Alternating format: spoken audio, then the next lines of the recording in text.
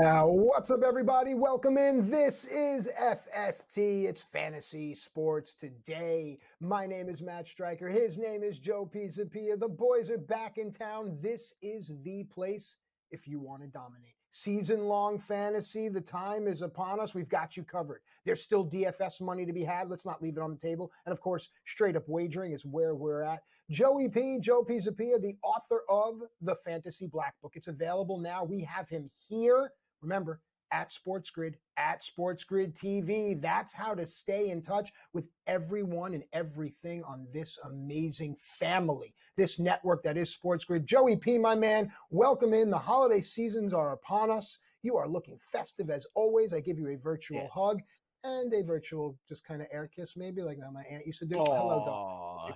I like that. Look, the boys are back in town. We're going to go to Dino's Bar and Grill right after the show, just like we always do. Thin Lizzy, underrated band? Would you agree? Band. Are you kidding me? Right? No. If you know your stuff, you know Lizzy. Not get enough credit. I'm just saying there. But it's the playoffs, Matt. This is it. This is what we've been working for. So for you lunatics who've been out there grinding away, especially for those of you who had slow starts, I can't tell you how many people I talked to that had, 2-win starts, they're 2-6 and they made the playoffs, or they were winless in their first 4 and made the playoffs. You don't give up. You continue to grind and good things happen, especially if you trust the process and you draft good players and you're able to make adjustments via trade and via the waiver wire. There weren't a lot of guys on the waiver wire this year that were quite as dominant as last year. There was no Puka Nacua, Kyron Williams that just kind of became this game changer. That's such an anomaly, and the fact that it happened twice last year and 2 guys from the same team is even more bizarre. But we're here. Regardless, it's week 15, so now we got to win that championship. Just 3 more wins, and we have fantasy glory, so that is very important. And it doesn't mean you stop making moves. If you have first-round buys, don't sit on your laurels. Go pick up some players that might be able to be helpful to other teams, and you want to make sure that you're blocking them, especially if you know your roster's set for the next couple weeks. Find ways to play chess when everybody else is playing checkers. And speaking of which, we got a lot of games to play. Oh, my goodness, including a marquee matchup. Buffalo Bills and the Detroit Lions. Now, last week on the show, if you recall, I did mention that I was a little concerned about the Buffalo Bills and the Rams, right? I thought it's kind of a weird trap game in between 2 huge games where they played the 49ers in the snow, in Buffalo, in prime time. Everybody was drinking all day in the Bills Mafia, having fun, partying and tailgating. And then they had a huge game there, very emotional win. You knew the Lions were coming up in 2 weeks. And in between was an incredible Josh Allen performance, 51 fantasy points, an all-timer by Josh Allen from a quarterback, but a loss nonetheless. Now they find themselves going to Detroit, and that has not worked out well for a lot of teams. So, Matt, this is a huge game. And if you look at the stats, too, last week, really some padding of the stats here where Lamar Jackson was, I think, a little ahead of Josh Allen statistically in terms of MVP caliber performance. It's almost like he caught up in 1 week. 23 touchdowns now, 5 picks, and just still over 3,000 passing yards. The rushing touchdowns now up to 9 on the season, so that was a big bump there. So this is a huge game. Possible Super Bowl preview as well. We've also seen a lot of teams struggle after playing the Detroit Lions. We saw it happen last time to the Chicago Bears last week. This week, we should keep our eye on the Green Bay Packers, who lost to the Lions in Detroit, and things have not gone well for most of those teams. So what do you make out of the Super Bowl preview? Does Detroit assert their dominance, or Josh Allen and the Buffalo Bills show that they're ready to compete with the best of the NFC? Absolutely love it. And I like the point that you make, Detroit just comes out and beats you up. But this is the game that even the casual football fan, this is the game, you want to sit your mom or your girl down, or someone, that doesn't really watch, sit them down for this. I think a lot of people are going to be looking for fireworks, a lot of money going to be going towards the over, a lot of fantasy points going to be here on the field, considering that it's at Detroit. You don't have anything like a weather to impact some of these things. So this is why we always try to chase plus money, because here we are now and we can really have fun. It's going to be a hard time trying to find a good number, and throughout the show, Joe and I are going to do that for you and find the good players. But this is where we have fun. This is where we expect all the points, all the fireworks. This is the big dance. It's why we've pressed our suit. So let's play. I'm excited for this one. I love that the NFL gives it to us this way. That's 4 o'clock window is really good.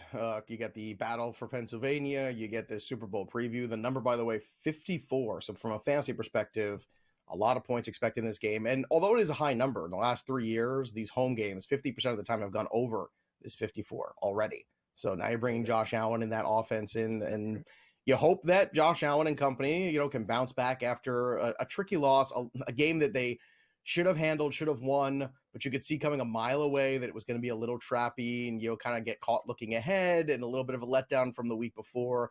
And this is something that happens to a lot of teams. Now, the teams where it doesn't happen to, those are the teams that tend to win championships. So maybe a learning lesson here for Josh Allen and the Buffalo Bills. The NFC South still up for grabs. Tampa Bay Buccaneers, I've been saying if there's a workman MVP, like an intercontinental MVP, I would give it to Baker Mayfield. They are the Tito Santana.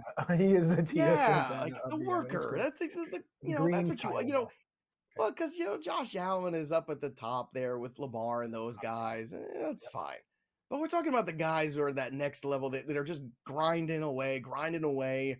And all of a sudden now, Tampa Bay is well within striking distance here to take over this division and repeat as the winners of the South. Atlanta has had opportunity after opportunity. And we're going to get into it a little deeper later in the show. Kirk Cousins, the last 4 games, has not been good. There's been some rumblings and rumors. Is it time to move on from Cousins already? We're looking at Michael Penix. Maybe now all of a sudden that Michael Penix draft pick doesn't look that crazy. I don't know. What I do know is schedule-wise, the Tampa Bay Buccaneers have a tougher road. So that's something we have to keep in mind. In terms of the Atlanta Falcons, an easier road, but you got to start playing better football. I understand last week was tough going into Minnesota, but you have to start having better performances collectively. Otherwise, it's going to be Tampa yet again. And don't look now, the team that everybody thought was a doormat, the Carolina Panthers, have been far more competitive. They have covered every game in the last couple of weeks. And guess what? The Carolina Panthers are favorites at home against the Dallas Cowboys. No. Don't refresh your screen. That is truth. That is where we're living right now in December of 2024. Well, but think about any other way to go, that would be a fireable offense. And Mike McCarthy might take you up on that in just a few weeks. But this is where we're at. So you can't think that these games against Carolina Panthers you might have left are just cakewalk games. So you're going to have to compete now, and every week is going to be a playoff game for one of these two teams. I'll put it to you. You've seen these two teams the last month. You've seen the way Baker Mayfield with the injury to Chris Godwin and Mike Evans too. Mike Evans finally back a couple weeks ago. But look at the job Baker Mayfield's done. I'm putting my stock in the Bucs. Where are you at? Do you think the Falcons can right this ship here towards the end, or do you think the Tampa Bay Buccaneers, once again, prove everybody wrong? It's all about prep, right? I'm trying to think of that saying that's talent beats something when talent works hard. It's something cute that you see all over social media. I just can't capture it right now. I think that the Falcons, I was going to call them the Braves, Falcons have the talent. On paper, you look at them, especially as a fantasy show, this is a wagering show, they have that breakout explosivity at any time. It's like, oh man, I really don't want to discount this guy. But then you just look at it from a real world football perspective and what the coaching staff of the Bucs has been able to do. And you have said it often that Baker Mayfield as a underdog is one of your favorite ways to go. Mm-hmm. So there's something that you just can't put your finger on in a fantasy way. And it's the temerity, it's the veracity, it's the ferocity of the player, the fighting spirit for my wrestling fans out there. And I think that the Bucs have that. So I'm with you. It feels like the Falcons, while they have the talent, are flat, whereas the Bucs, talent or not, are hot. So here we go. Mm-hmm. Yeah. A.J. Brown, by the way, can't put a touchdown this year. It has not been great for him. And he's been chirping about it. Him and Jalen Hurts, both a little bit of trouble in paradise. Look, they're winning games, so I don't know what everybody's so upset about. Yeah, A.J. Brown would like to see some more work. And statistically speaking, it's been a little underwhelming this year. But let's look for that correction. The greasy, what do they say? The squeaky wheel gets the grease. We can't get a handle on euphemisms today. Well, I'll tell you, if the latter's true, then we got a great show for you the rest of the time. But I will tell you this. Going forward, watch for a correction today in that. More FST when we return.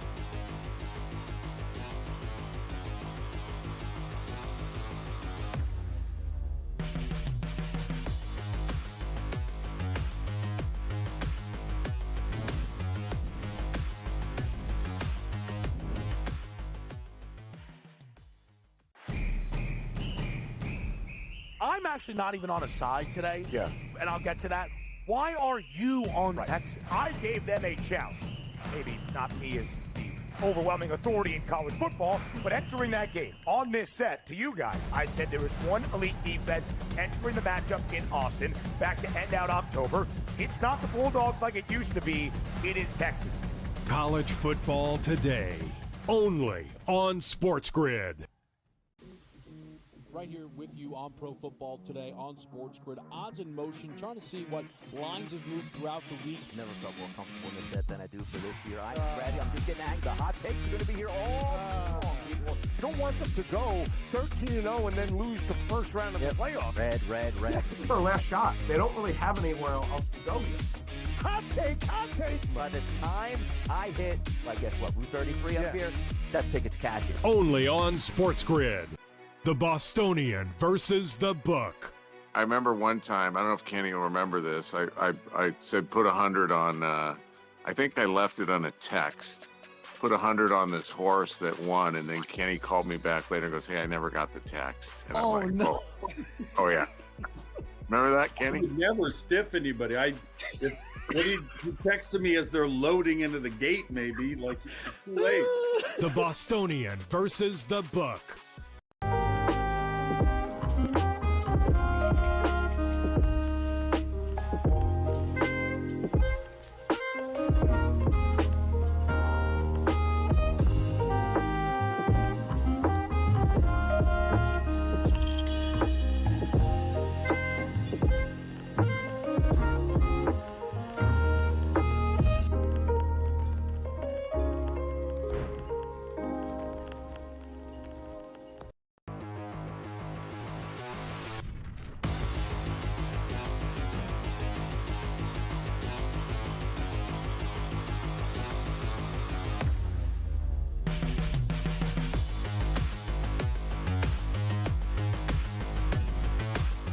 All right, welcome back into FST Fantasy Sports Today. Matt Striker and Joe Pisapia with you here. Want to say what's up to Sam Y, the sports guy behind the glass, a special appearance. Of course, TD Jake was Autonomous Jake for just a moment. He was doing everything.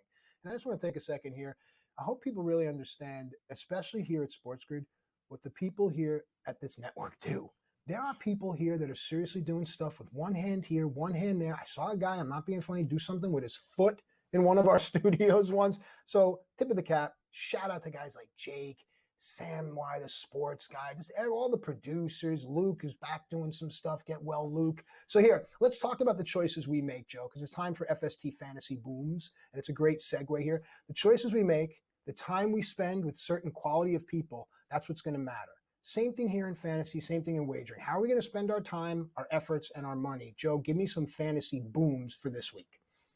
Well, first off, I didn't know that Rex Ryan was working behind the glass, but that's great that he's got a job there. Big foot guy, huge foot guy. Let's get into the booms for week 15 for the playoffs. And look, Kyler Murray has been. If there were a needle, it would scratch off the record right now. Well, it is what it is. You know what they say, Matt? If the shoe fits. What?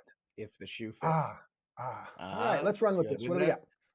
Still foot stuff. All right, let's get to Kyler Murray because he needs to use his feet. There's your transition. It's time for him to start rushing again. I don't like this 16-yard, 9-yard rushing nonsense, okay? The reason why the Cardinals offense works is not because of Kyler Murray reading defenses, because he struggled against too high, and they play a lot of that in New England. So he might be mediocre this week in terms of passing. He needs to start rushing around a little bit more, and that's where New England is really bad. New England is not good against the run. And whether it be running backs or rushing quarterbacks, they tend to struggle. Looking at the last week, he did finish as QB 10. He did have 2 touchdowns, but he also had 2 picks in that game, 4 picks in the last 2 games, and 5 in the last 3. So that trend is also a problem. And I think the way you stop Kyler Murray from turning over the football is to put the ball in his hands and let him run with it a little bit more. I want to see some more design runs today. I want to see him getting out there in space. And then I think you wear out that defense, and in the second half of the game, you have an opportunity to have a better version of Kyler Murray throwing the football. To me, that is the path to victory. And if you look at some of the wins they've had this year, it's a little bit more like that than it is him sitting in the pocket and just picking teams apart, because he has struggled. He struggled against Seattle. He struggled against Minnesota. Ever since the bye, it really hasn't looked very good. But 2 of those 3 games were Seattle. Then he's the bye. But he gets New England, Carolina, and the rest of the playoffs. those are all good matchups to rush the football. And the Carolina Panthers next week is also a great matchup for him to team has given up the most rushing yards in football. So look for Kyler Murray to start legs today. He is the QB 8 on the ECR this week. So hopefully things go well for him or the Arizona Cardinals. So my New England Patriots hopefully can continue to pick higher in the draft. All right. You mentioned Carolina, so now let's move on to another fantasy boom. And it comes for a player, and let's do a wordplay here. A guy named Chuba Hubbard. You may know him, but I used to flip the B and make it into a P because that's what I thought of Chuba Hubbard. No mommy's way, and thank you so much to everyone that's laughing at that. But, Joe, you expect the bust here because you believe that Carolina is going to be plucky down the line. No concerns about Dallas's defense? Dallas has a defense? Because I haven't seen it recently. I mean, one guy Micah really Parsons, about Micah Parsons. I don't think Micah Parsons wants to see it anymore, to be honest. But Right, he's kind of done. He's frustrated as hell. But I think when you're looking at Chuba Hubbard, you're looking at a guy who has exceeded all expectations. What's interesting is we were kind of scratching our heads of like, why did they give Chuba Hubbard an extension when they drafted Jonathan Brooks just last year? Well, it looks like a very smart move now because unfortunately Brooks, another tear of that ACL, that same one that he already tore. So this is going to be a really tough road ahead. So Chuba's going to be the guy. He is completely unchallenged in that backfield right now, and he's going to get all the volume. And volume is king. He is ranked at the ECR level right now as the RB8 on the year, coming off a game last week. 26 carries against the Eagles. That's a team that actually does play defense and pretty well. 92 rushing yards and a touchdown with 4 catches for 15 as well. So Chuba's in a really good spot this week to copy and paste what he did last week, if not more, against a Dallas team that I just think more than anything, it's not even talent at this point, it's effort level. I think this team is checked out, and I think you're looking at the Panthers as a team that's on the upswing, that's starting to realize, hey, we can be competitive here. We're not the doormat of this division any longer. We are a team that is starting to understand what Dave Canales on the offensive side is trying to get us to do. And if you watch the Eagles game last week or the Kansas City Chiefs game against the Panthers a few weeks ago, the one thing you are going to get from the Panthers is effort.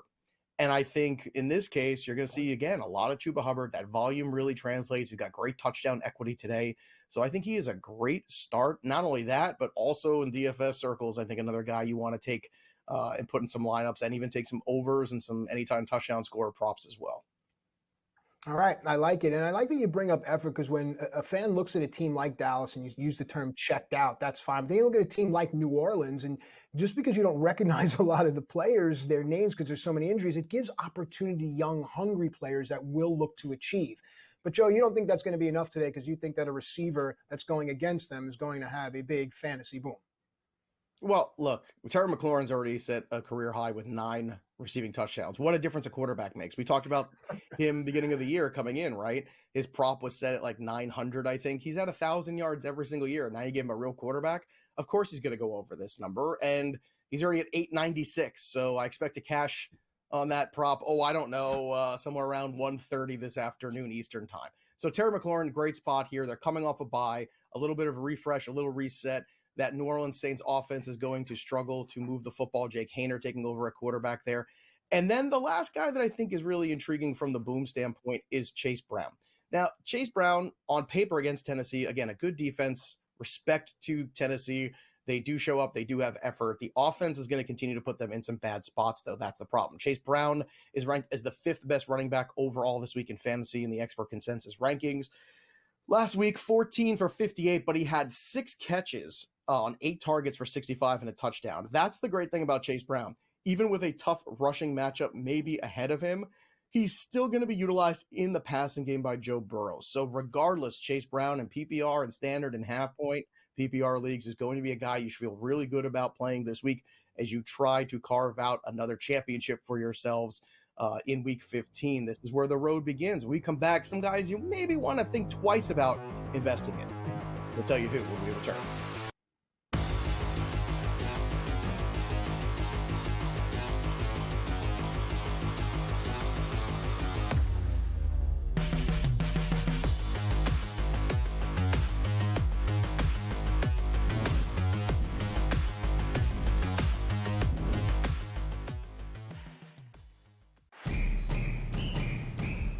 I'm actually not even on a side today. Yeah. And I'll get to that.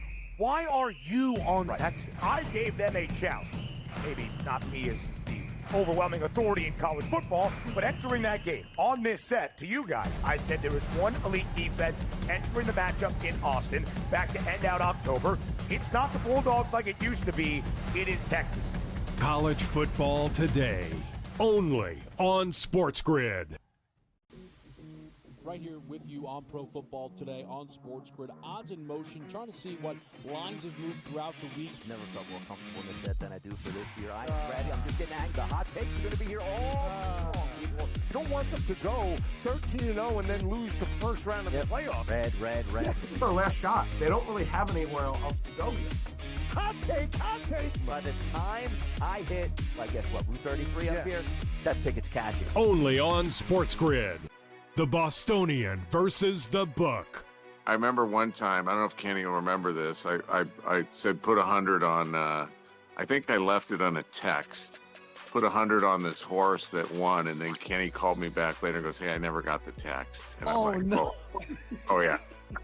Remember that, Kenny? I would never stiff anybody. When he texted me as they're loading into the gate, maybe, like, it's too late. The Bostonian versus the Book.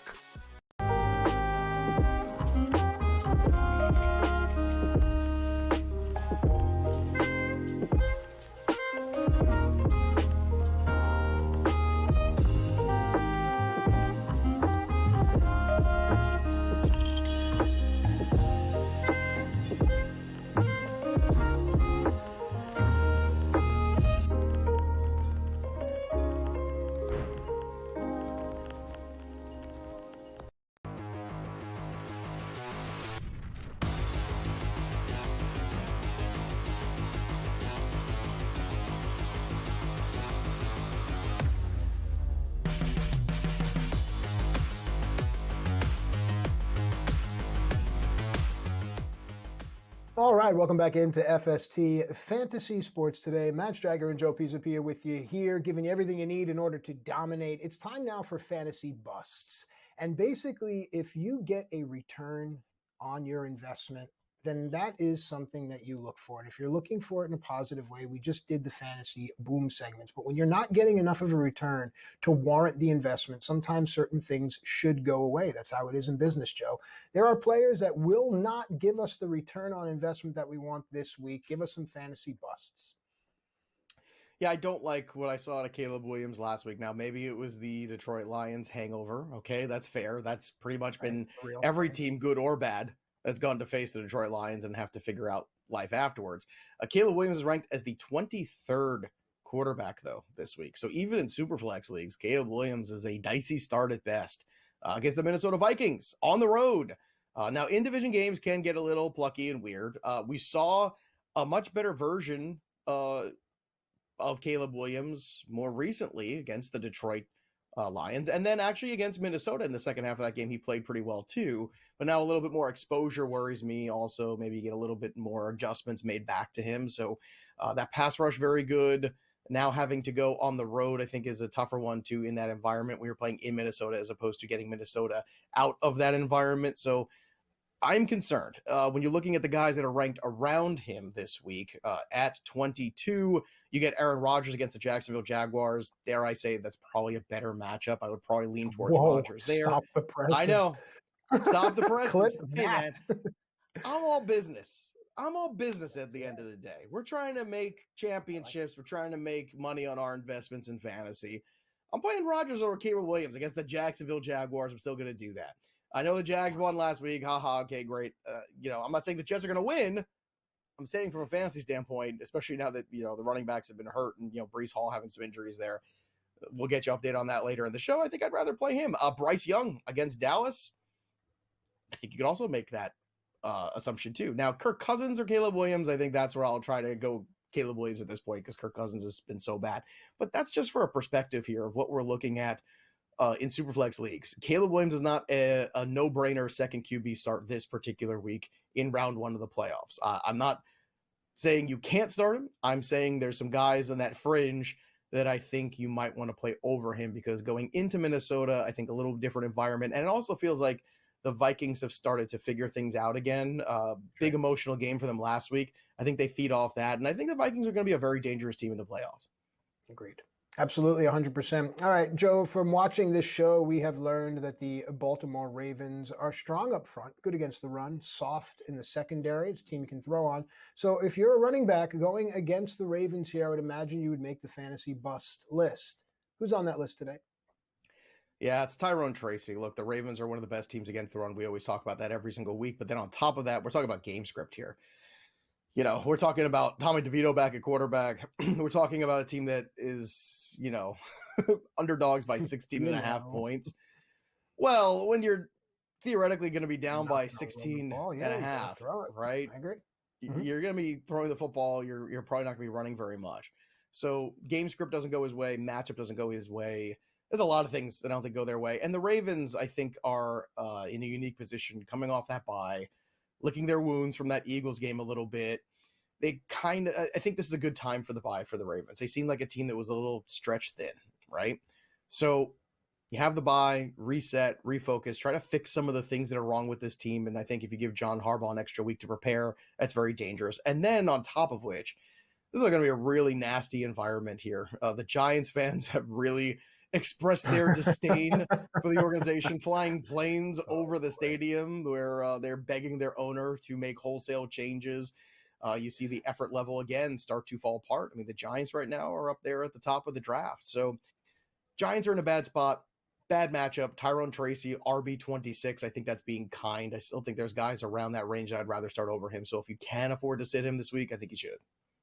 All right, drones over East Rutherford. Let's close out this segment with Tank Dell, who has Miami. We have a great stat on Miami and Tua in particular coming up a little later on. But talk to us about Tank Dell's bustability today. I'm just tired of waiting for Tank Dell to turn it around. I think everybody is. Oh, it's really. I mean, well, let's go through the numbers here. He has had a 100-yard receiving game since week 9 against the Jets. Since then, 39, 54. He did have 72 against the Titans. Okay. But it was just 3 catches in that game. Last week, 1 catch for 23 before the bye. Look, Miami's secondary is actually pretty decent, and Miami's offense starting to look better as well. So, I don't know. Tank Dell, again, fringy flex guy at the best right now. And other than that, I am looking elsewhere for my productivity. We come back. I'll look at the DFS slate. Who should be in your roster? I'll tell you.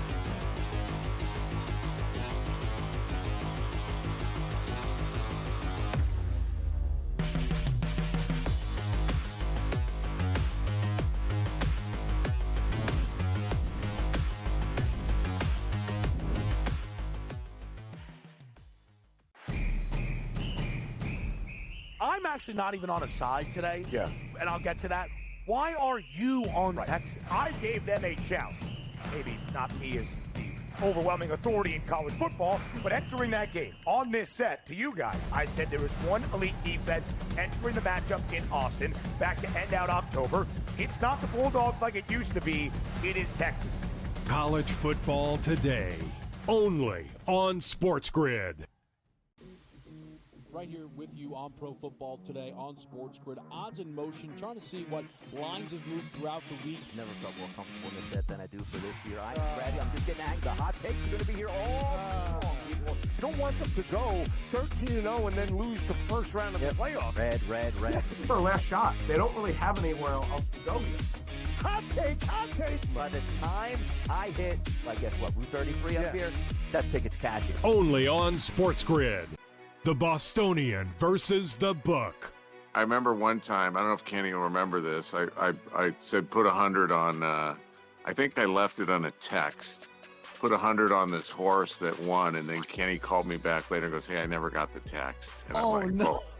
Oh yeah. Remember that, Kenny? I would never stiff anybody. He texted me as they're loading into the gate, maybe. Like, it's too late. The Bostonian versus the book.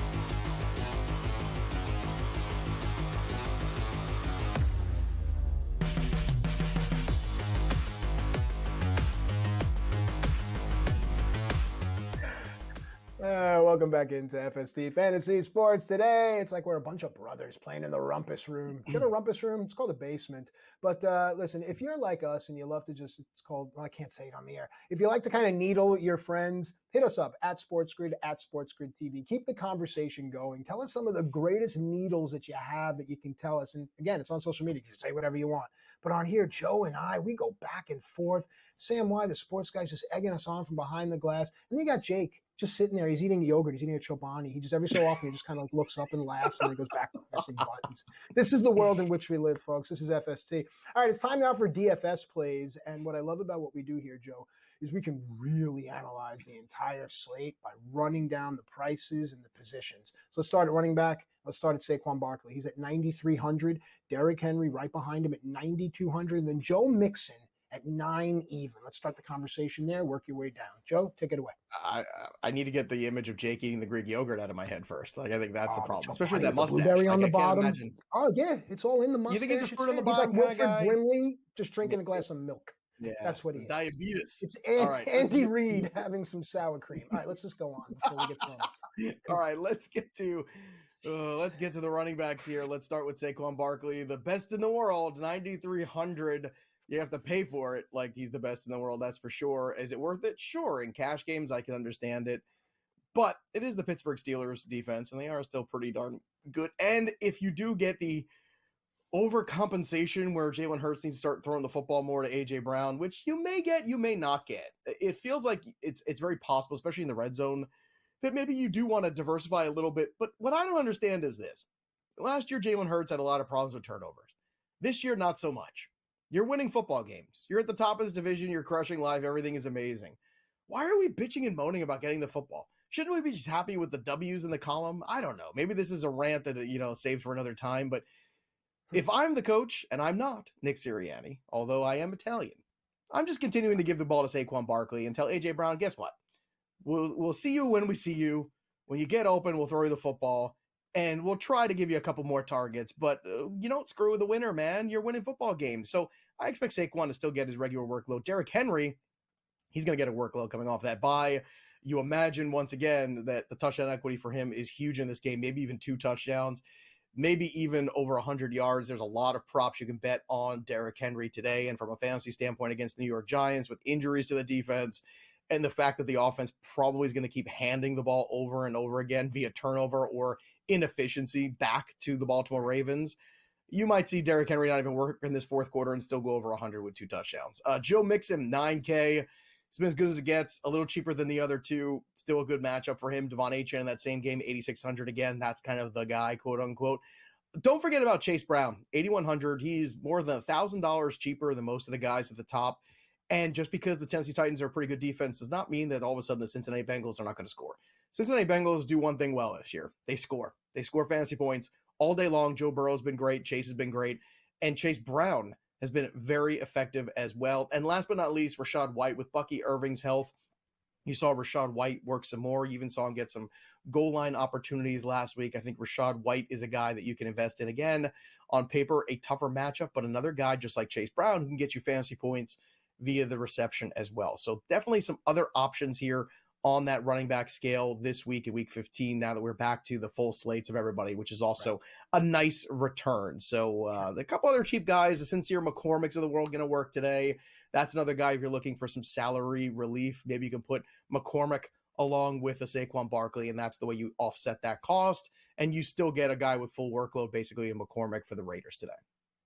All right, I love it. Let's continue the conversation and move down to wide receivers where Jamar Chase is at the top of the list. From what I understand, we have a really interesting discussion about Jamar Chase coming up a little later on in the show. It might be a sneaky way to make a lot of cake. We're going to shelve that for now. At the top here, Jamar Chase at 9,400 and then Nico Collins at 9,200. And then a nice little drop down for Amon-Ra St. Brown in a game that has a implied total of over 50, and he's at 8,500. Joe, take it away for the wide receivers. We're building multiple lineups here, so we have some flexibility. We do. And just as a quick note, too, if you're going to use a guy like McCormick for the offset, you've got to play into the Sunday, Monday slate. So just to keep that in mind also. So let's go to the wide receivers. Jamar Chase, again, the investment very premium, the return very premium. A guy that is having a fantastic season. If Barkley wasn't doing what he was doing, We'd be talking a lot more about Jamar Chase being Offensive Player of the Year, but right now it's Barkley's to lose. More on that as we continue to plow along here on the show. Nico Collins at 9,200. Again, the secondary for the Dolphins has been pretty decent all year, but still Nico Collins is the guy in this offense. Amon-Ra St. Brown, I look for a big day out of him in this game against the Buffalo Bills. 8,500, that's kind of the best premium guy for your buck, I think, in terms of cost. Terry McLaurin at 8,500 right there with him. So as we spoke about earlier in terms of booms, you know, McLaurin was a guy that was hovering in the 7 to 8K range, now up at 8,500. That tells you what this matchup is against the Saints today. Coming off the bye, McLaurin's been terrific. The touchdown equity's been way higher this year, and they've had some huge plays and huge moments. And I think that's the thing that you really take away is if this relationship continues to blossom, man, Terry McLaurin is loving life right now. It's certainly been better than the half a dozen or dozen quarterbacks that he's played with so far in his career. He's played with a lot in a short period of time, and not many of them have been any good, let alone as good as Jaden Daniels has been. So Terry McLaurin's stock way up, and they should add somebody else that is viable along with him too, because that will help them continue to maintain this relationship next year. Doesn't have to be a T. Higgins level guy, but maybe somebody more like a Ladd McConkey style, a little bit more of a possession wide receiver. I think that'd be really good for this offense in general. Courtland Sutton at 7,200 here for the Denver Broncos. Another good investment here. Bo Nix's favorite target. Yes, he's used some of the other guys. They've had some explosive plays with guys like Mims, but Courtland Sutton's the guy that you can invest in at 72. Jerry Jeudy. He's been a top 5 wide receiver. We already talked about this last week with Jameis Winston under center. He's under center again today. And although there's some weather in this game, potentially with the rain, a little bit of wind, it is Cleveland. It can get a little messy there sometimes. It's hard not to like Jerry Jeudy to find the end zone today. Last but not least, let's talk about Adam Thielen. We were talking about Adam Thielen for weeks on this show to pick him up. Before he was activated, just a speculation. Then after he was activated, because he was a good investment. And Adam Thielen continues to somehow defy time. Last week, you look at the stat line for him, 9 catches for 102 against the Philadelphia Eagles, one of the better secondaries in the league. Just an incredible performance by him. And now they get Dallas this week at home. So he has seen 21 targets over his last 2 games. He is over 200 yards his last 2 games. He's got 1 touchdown. Adam Thielen is how I'm starting every lineup. That's how I'm doing it. He is the best return on investment at that position at 6,100. And to me, again, the Carolina Panthers have shown you Bryce Young, Adam Thielen. That's something you can set your watch to. It is something you can depend on. There's a floor and a ceiling, and it's still at a really good cost. All right. I love it, Joe. He does it each and every week, man. He gives us that key, that one key that unlocks all the lineups. Seemingly, it's Adam Thielen at 6,100. All right, let's build. Now we can have a quarterback discussion here. Josh Allen's going to cost you 9,500. Lamar will cost you 9 even. And then if you want to go to Tua, and I'm keep teasing it, we have a fantastic stat on Tua coming up later on in the show that might influence some wagering decisions. Tua is priced at 8,300 today. Joe, talk us. What's up? Yeah, look, Josh Allen controls all the scoring in his offense, as does Lamar Jackson for the most part. So if you're going to play Jackson, you probably have to go Jackson and Henry. That's what I would do personally, and then just kind of cheap out everywhere else. But that's more of a cash game play. I think with Josh Allen, same thing. It's like, where are you going to go? You're going to put him with Shakir, or you just going to play Josh Allen by himself? I think I'd rather just play Josh Allen by himself. I think that's the best way to approach it. Tua has been red hot over the last month. How good? Again, when we come back in our next segment, we're going to break down the stats for you, but he has been excellent, and he's not turning the football over at all. The Dolphins starting to play better football, but they do struggle against winning teams. That's the one caveat about the Dolphins. Jared Goff on the other side of this game too. If you don't want to pay for Josh Allen, say 1,500 and go get Goff instead. That's fine. I mentioned Kyler Murray and his mobility. I'm looking for that today. I think that's an interesting investment. And then Bo Nix at 7,600, another guy that uses his legs. He's been really solid in terms of fantasy points. Looking at the tight end slate, Trey McBride has a great matchup in that game. It's a really good pairing with Kyler Murray. Jonnu Smith has come out of nowhere this season and really kind of become a fantasy asset. Laporta, Freiermuth, that's the guy that I'm looking for with Pickens out or Freiermuth potentially today. We'll be back right after this.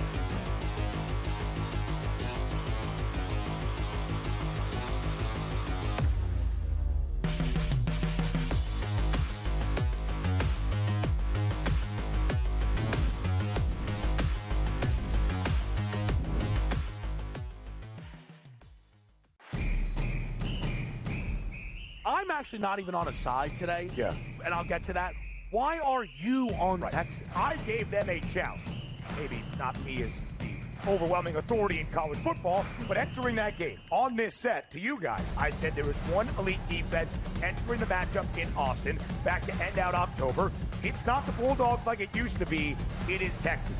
College football today, only on SportsGrid.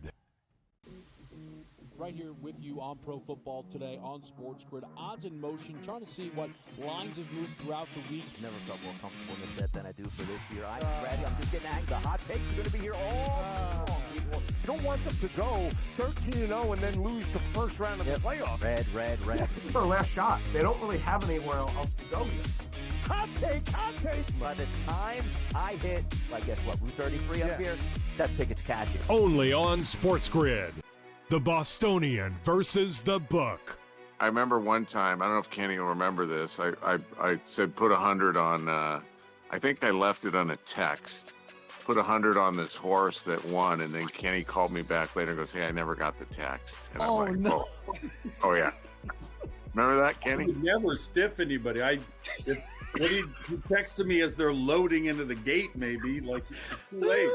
The Bostonian versus the Book.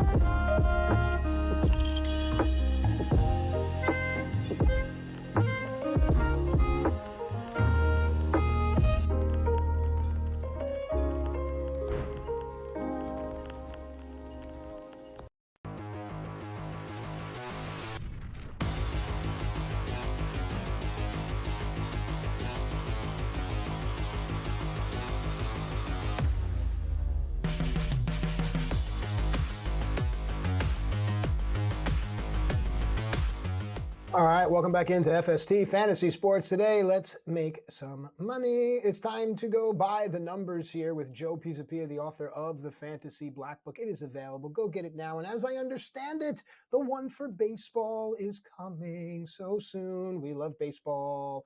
Joe, what I love that you do each and every week here with Buy the Numbers is you give us some information that we can use immediately. So let's start with the quarterbacks with the best passer rating this season. There are some usual suspects, and then there's a name that you go, huh? If I haven't wagered on him, let me go run to the window now. What do you have? Well, first of all, the Baseball Black Book is out already on Amazon.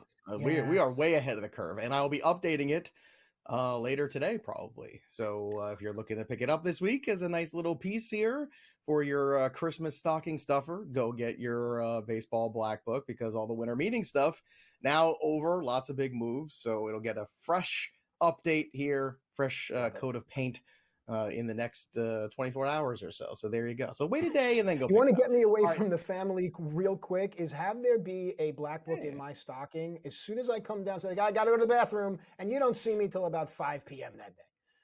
Well, Matt has 2 little kids. That's the only way he gets any private time anyway. And that's barely. I'm sure they're knocking on the door as soon as you leave to go to the bathroom. Like that's what kids do.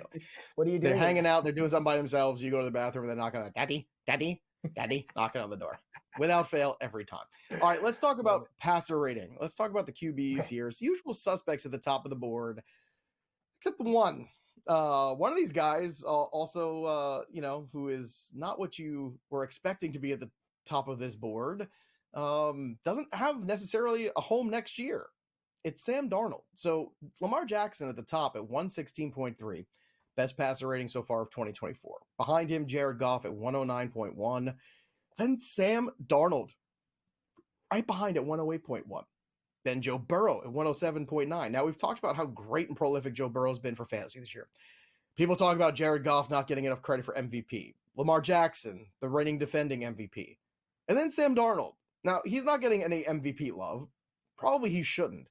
But in terms of his performance, with the exception of a few bad games, which happens to everybody, Sam Darnold deserves a starting job somewhere next year. You have to start to wonder, are the Minnesota Vikings better off bringing Sam Darnold back and having McCarthy sit for a full year healthy and work his way back slowly? I think the answer is yes. Now, whether or not that's going to work out for them from a cap standpoint, from a money standpoint, that remains to be seen. And whether or not they're going to have more competition for the services of Sam Darnold, that also remains to be seen. Could Sam Darnold be a bridge quarterback for some teams that are looking to, at some point improve and get better? Sure. But if you're looking next year, it's, I think, a weaker class at quarterback coming out in the rookies. So maybe you get 2 starters out of that group right away. Maybe. But outside of that, you're going to see a lot of Justin Fields, Sam Darnold. A lot of these guys are going to get more opportunities, and Sam Darnold has earned that opportunity. And if you look at where he is in the passer rating, and you look at the numbers, and you look at the Vikings win column, it's great to have an offensive-minded head coach, and it also gives you a reminder that it's not – the talent is one thing. The landing spot is crucial. If you don't end up in a landing spot that is going to be helpful for quarterback growth, you're going to have the other version of Sam Darnold, which was the version we saw in the Jets, and then bounce around a couple other spots, and then finally land in Minnesota, of all places, and end up thrust into a starting role. And he has been absolutely outstanding, and he deserves a little bit more credit for the Vikings' success in 2024. All right, folks, it is now time for FST Small Sample Size Theater. It was the best of times. It was the worst of times. It is indeed a tale of 2 cities. We're going to look at 2 quarterbacks over the last 4 games. Although they are in neighboring states, that's where the similarities end. Joe, take us through Tua Tagovailoa's last 4 games and then Kirk Cousins' last 4 games. Have at it. Well, I can assure you nobody's telling Tua to retire right now after the last 4 games. So he has been outstanding. Absolutely he has. And that right there is a period on the sentence by Joe Pisapia. And you did it for effect, and I like it. Talk about how outstanding Tua has been. 11 touchdowns, no interceptions for Tua Tagovailoa. That has been an incredible 4-week run for him, or the best of his career. 1,300 passing yards, a 118.5 passer rating, one of the tops in the league. Tua has been, frankly, outstanding. And Tyreek Hill has not been the healthiest version of himself this year. The Dolphins have been a bit of a struggle. Again, they perform well against bad teams and underperform against good teams. That's kind of been the Mike McDaniel story since he's come into the league as their head coach. So he's fun, and it's, good theater. But at the end of the day, is it good football? I think that's what we have to ask ourselves. But regardless, now that, Tua's been playing like this, you don't hear anybody chirping, Tua shouldn't be playing football anymore. So maybe Tua does know what he's doing after all and has a pretty good gauge of his own health and his own well-being. And look, I think all of us have that first and foremost in our minds. But if you're looking at a performance, this is probably one of the best versions of Tua we've seen since probably the first 6 weeks of last season. So the fact that he's bounced back to this extent has been really incredible. Now, the flip side of that coin, you want to talk about a guy whose career is maybe going in the opposite direction, it's Kirk Cousins. Now, we can make excuses that maybe it's the age, maybe it's coming off the injury, maybe it's too many new things here. Whatever it is, it ain't working. So if Tua Tagovailoa had 0 interceptions, Kirk Cousins has 0 touchdowns, 8 interceptions over the last 4 weeks, only 1,000 passing yards over those 4 games, a passer rating 62. It has been brutal for Kirk Cousins. Maybe drafting Michael Penix so early was not a big mistake. Maybe we're going to see Penix at some point when if the Falcons get eliminated from playoff contention. Again, that's going to get dicey. But another bad performance this week on Monday. Maybe you do just throw something to the wall and see if it sticks, because you can't keep going this way. Quarterback play just frankly has to be better if the Falcons are going to find their way into the playoffs. And I think the only way they're going to do that is to win this division. All right, coming up shortly, we're going to have a sneaky futures play, but Joe's going to set it up here with some stats. Joe, what do you have? Well, I mentioned before, Jamar Chase has been incredible this season. So why the Cincinnati Bengals didn't just pay him before the year, I don't know what they were thinking. Did we all think that Jamar Chase wasn't going to go out there and ball out and get a huge contract? I mean, I don't know how much he's going to cost now, but you should have just locked him up already. Instead, he is approaching Triple Crown status. He has 93 catches, leads the league. 1,319 receiving yards, leads the league. 15 receiving touchdowns, leads the league. Jamar Chase has been incredible. Look for him to have a big game today, and look for that man to get paid in 2025. We come back. Saquon Barkley might be the only guy having a better year than Chase.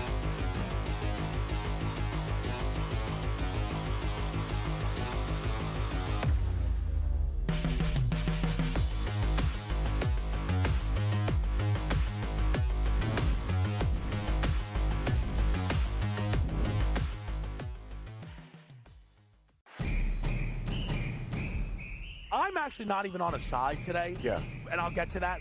Why are you on Texas? I gave them a chance.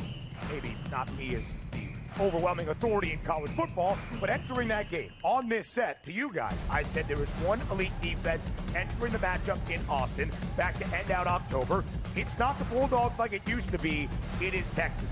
College football today, only on SportsGrid. Right here with you on Pro Football Today on SportsGrid. Odds in motion, trying to see what lines have moved throughout the week. Never felt more comfortable in this set than I do for this year. I'm ready. I'm just getting angry. The hot takes are going to be here all long. You don't want them to go 13-0 and then lose the first round of the playoffs. Red. This is their last shot. They don't really have anywhere else to go yet. Hot take.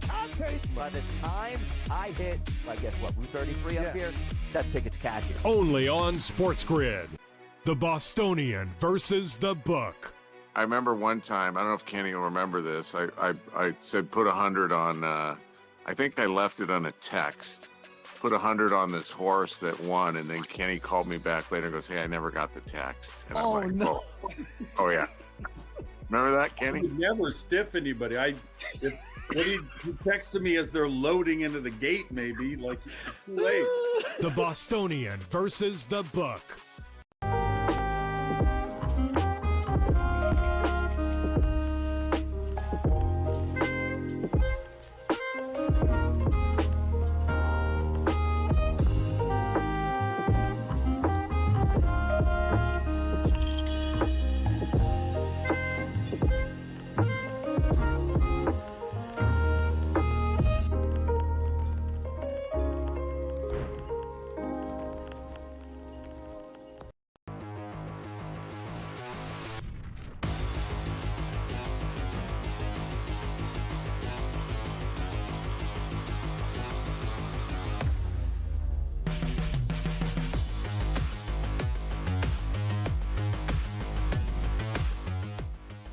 All right, welcome back into FST Fantasy Sports Today. Matt Striker and Joe Pisapia with you here. Quick reminder, at SportsGrid TV. Those are our social media handles. Just keep the conversation going throughout the day. It's what we love most about doing this.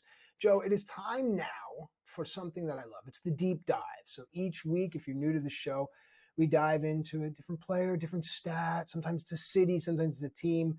Right now, we're going to dive into Saquon Barkley. I'm sure many of us will bounce off, but those of us that are absorbed are going to get such great information. So, Joe, what do you have?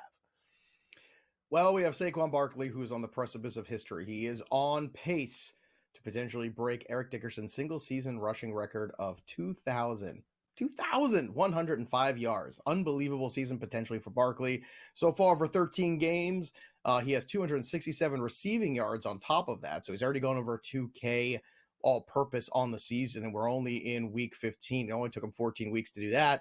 1,600 rushing yards. He has got 145 yards per game average for scrimmage. I mean, just an incredible number there. 6 is the yards per carry, over 6, so 6.1. 13 total touchdowns. I mean, it's just been a brilliant season for Saquon Barkley. The Giant fans, it's so upsetting, I imagine, as a Giants fan to watch this happen, and then to watch it in your own division is even more upsetting. So figured we'd have a little bit of trivia here at the end of the show, here in the first hour of our show.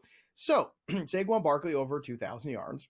Who are the other guys besides Eric Dickerson? All right, there's 7 guys that are over 2,000 yards in a single season. Saquon Barkley hoping to become another one. So we already said Dickerson, that's 1. There's 8 total.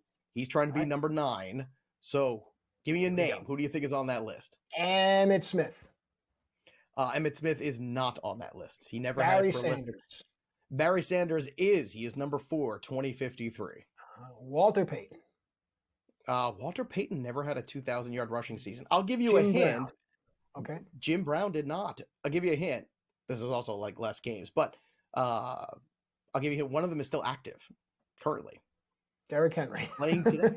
Derrick Henry. Yes, Derrick Henry is correct. I was going to get to that. 2027. You have a guy, a prolific Vikings running back of recent Adrian memory. Peterson. Adrian Peterson, correct. Right. One of these guys on the list that I'm missing. There are no Dolphins on this list. One guy was a bright shining star incredible for about a 3-year run, and then unfortunately injuries stole him from us. But not after he won back-to-back Super Bowls with the Broncos. Come on. Touchdowns in his initials. Yeah, TD. Timmy Davis. Terrell, no, not Timmy. Terrell Davis. Terrell Davis. Timmy Smith was a running back for the Redskins. Listen, you're taking me back to like 8th, 9th, 10th grade. I mean, I have a lot of resin and hops and concussive air gray matter in my brain. You were well out of college when Terrell Davis was out there. Don't even pretend like you were. Didn't you say I'm a 9-year-old and a sage wise man all rolled into one? Here. So somewhere in between there was my reference. All right, keep going. Who else? Who else? Dickerson was at number 1, 2105. Adrian Peterson, 2097. Jamal Lewis. A lot of people forget how great Jamal Lewis was. 2066 with Baltimore in 2003. Barry Sanders in 97. 2053. Derrick Henry in 2020. 2027. That was Terrell Davis at 2008 yards in 1999. How many? CJ2K. It was 2 more, so I'll give them to you here because I don't know if you'll get it.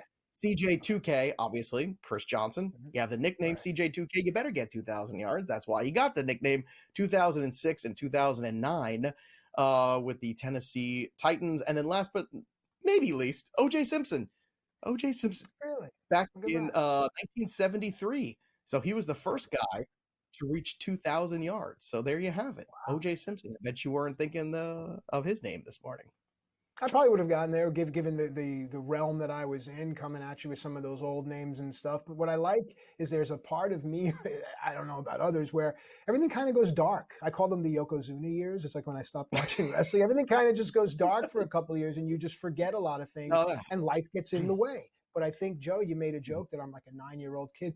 At some point in our lives, let's always return to how much we love sports as kids and how much we love winning money and fantasy as adults and wagering, and it's a perfect blend here on SportsGrid.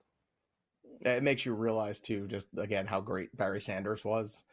Barry Sanders had continued to play football, but there were rumors, too, that part of the reason that he retired was because he wanted to go elsewhere. They had a deal set up with the Miami Dolphins, and then the Lions didn't want to trade him, and he said, okay, I'm just not going to play. He just walked away. Wow. Imagine maybe a second life somewhere else with a coach like Jimmy Johnson, who was the head coach at the time of the Dolphins. That would have been an interesting thing to see. But Saquon, we're all rooting for you. Go get it. Hour 2, we're going to go get that. We're going to try to get you fantasy championship. We return for FST after this.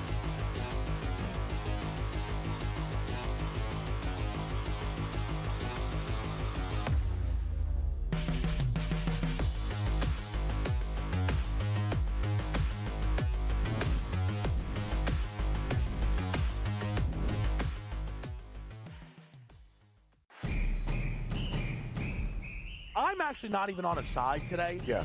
And I'll get to that. Why are you on Texas? I gave them a chance. Maybe not me as the overwhelming authority in college football, but entering that game on this set to you guys, I said there was one elite defense entering the matchup in Austin back to end out October. It's not the Bulldogs like it used to be. It is Texas. College football today, only on SportsGrid.